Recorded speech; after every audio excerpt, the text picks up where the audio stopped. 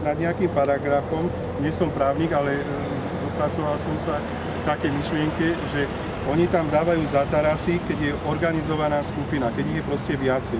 Že vraj, keď sú jednotlivci, oni môžu prísť na ten balkón.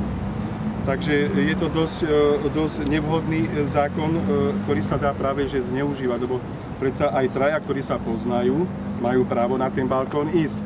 Čiže oni nemajú riešiť to, čo sa môže stať, ale čo sa stane až na tom balkóne. Keď na tom balkóne niekto bude vyrušovať, tak odtiaľ prosím pekne nech ho vyvedú. Ale tam tie zátarasy nemajú čo hľadať. Máte pravdu, ale viete, ono si to tiež vytvoril akýsi systém, že ľudia, ktorí chcú sa prísť pozrieť na rokovanie do Národnej rady, že majú na to právo, samozrejme, že platí tam určitý poriadok, že budú sa správať na slušnej úrovni. Ako náhle to porušia, tak tam nemôžu byť. A čo sa týka tých zátaras, tak to už vlastne si vytvoril ten mocenský režim. A to práve, že asi každému každému občanovi Slovenskej republiky príde k tomu, že logicky, že áno, toto sme si tu vytvorili a prvýkrát sme to dopustili, nikto sa proti tomu nebránil a tak toto stále išlo a prehlbovalo sa a máme to tu teraz úplne ako na bežnom páse. Takže lebo to je zosmiešenie práva. Áno, hej. To je čiže vlastne, treba na to tlačiť. To treba na to poukázať určite a keď nie, tak existujú teda možnosti, ako hovorím, že vlastne je to vlastne v rukách nás.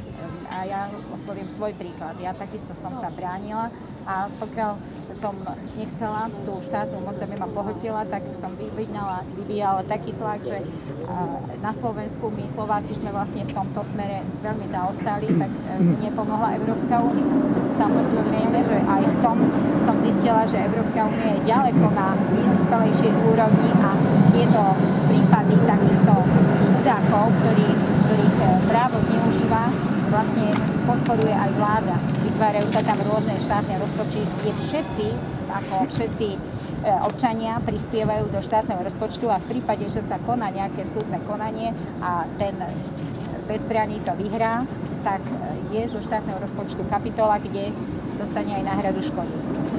No ale prečo takto hazardujú s financiami štátnej kasy, keď vieme, že zákroky sa robia, však videl som prednedávnom v New Yorku, proste nesmeli okupovať Wall Street, čiže nesmeli sa vyjadriť a dokonca sprejovali slzným plynom aj profesorov, vážnych profesorov od 30 do 60 rokov. Tak to tak hazardujú so štátnou kasou alebo s morálkou vlastnou? Myslíte v Amerike? Áno. No tak v Amerike tam nepoznám tie zákony, ale to tiež je tam skupina občanov, ktorá sa môže brániť. Podotknem ešte jednu zaujímavosť. Keď Chirac začal operovať tým, že ide vyskúšať atomovú bombu na tých ostrovoch a rozprával som to ľuďom, tak oni hovoria, že no a čo, že Francia má na to právo, ona je silná a to je mesto Moldy. Tak porovnať mesto Moldy s výbuchom atomovej bomby je jedna vec. Druhá vec, Chirac, ľudia vyšli do ulic, lebo protestovali a doslova ich tam mlátili pelendrekmi, čiže čo je to za demokraciu. Našťastie Jacques Cousteau, ktorý ho volil, povedal, že on sa zrieka toho hlasu a že sa hanbí, že dával Chiracovi vtedy hlas. Čiže deje sa to dennodenne v celom svete. No deje sa, ale vlastne keď sa nad tým tak zamyslíte, tak to robia ľudia. To zlo vlastne je vlastne nejako naprogramované v ľudských mysliach.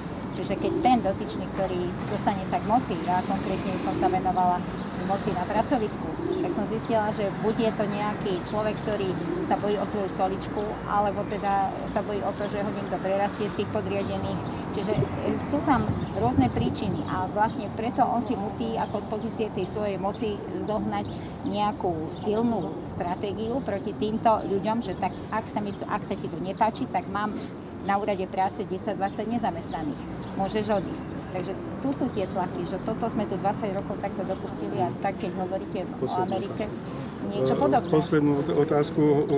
Našťastie prepukla gorila, čiže ľudia sa majú o čo oprieť, ale hovorí sa o tom, aby sa už nerobila korupcia, aby sa nepredrážovali tendre a tak ďalej. A stále to jednoducho beží. Ja dostávam informácie napríklad na doprave, že tam sú stále hodinové sadzby kumšaftom vysoké, potom sa vytvárajú, vyhodili z ministerstva podhospodárstva sa riaditeľ riaditeľa nahradili ho druhým a vytvoril si funkcie a dosadil si ľudí, ktoré sú úplne zbytočné a nefunkčné, lebo ani predtým ich nepotrebovali. Čiže celé to je stále výsmech. Jednoducho ten vlak je stále rozbehnutý. Presne tak, ako hovoríte, ale možno s vami súhlasím, že vlastne kto sa dostane k moci, tak si vlastne prinesie aj, alebo privedie svojich ľudí, ktorých tam menuje, vytvoria sa funkcie, ale tu už nikto neskúma, že či je to potrebné. Takže presne s vami súhlasím. Konštatovanie stavu, ktorý teraz pred chvíľou zaznelo, je znakom bezradnosti. Pani poslankyňa, máte krásny predpripravený prejav do parlamentu. To som pochopil, že to je určený pre parlament, ale má to jednu slabinu. Vôbec to nezohľadňuje konkurenčný tlak azijských krajín na čele s Čínou, kde teda panujú otrasné podmienky pre pracujúcich a my v rámci globalizovanej ekonomiky sme vystavení skutočne tej konkurencii. Ja mám taký návrh, čo by ste tam mohla navrhnúť. Neviem, či ste zažila etablovanie tzv. Odborov v realite, ale v podstate tam stávajúci odborársky funkcionár navrhuje svojho kolegu alebo nejaký predpripravený, ktorý vyhovuje v prípade generačnej výmeny človek s určitým typom správania a z tejto obmedzenej množiny, podobne ako pri voľbách z politických spolkov, z tejto obmedzenej množiny si pracujúci volia údajne svojich zamestnancov. V prípade, že by tam bol uskutočnený druhý zo základných spôsobov výberu ľudí do akýchkoľvek funkcií, to je mechanizmus výberu, náhodného výberu, žrebovania, je predpoklad, uvedú príklad, že do závodného výboru by sa dostal inteligentný pomocný pracovník. Hovorím s prirodzenou inteligenciou.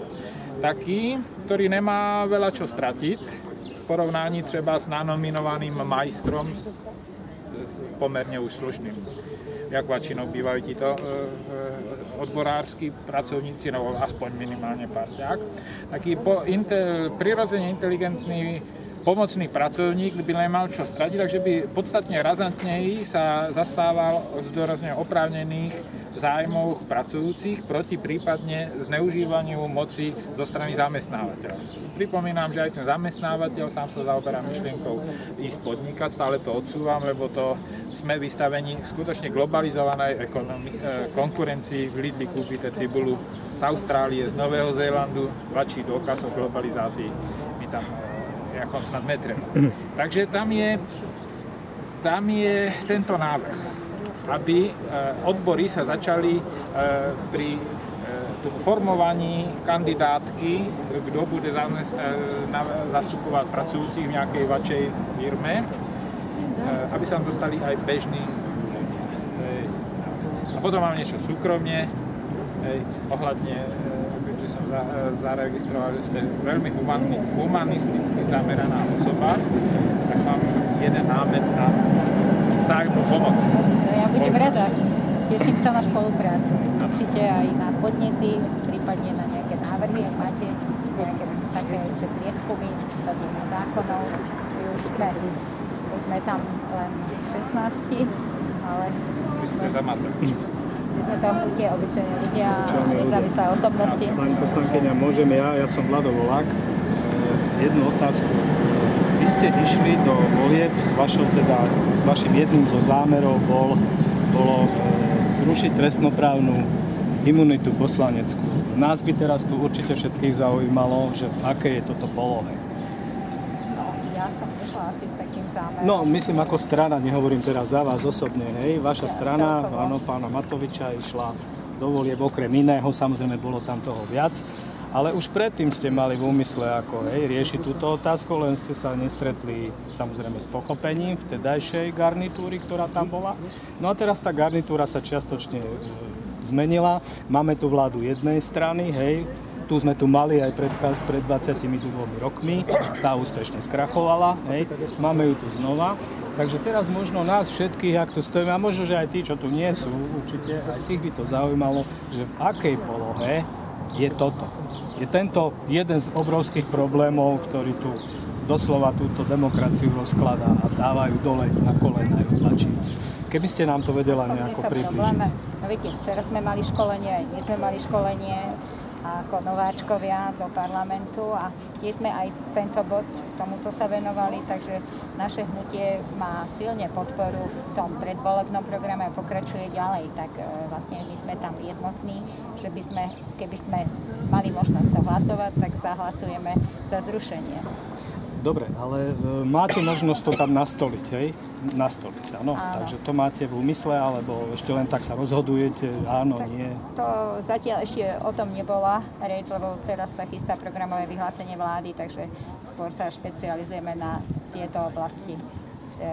Každý poslanec má svoju oblasť a teda práve aj dneska aj o tom rozprávame do, neviem, do dlhých večerných hodín budeme. Ja som teda tiež len tak na chvíľku odišla v rámci prestávky. To vám zatiaľ neviem povedať viac k tomu. Ďakujem.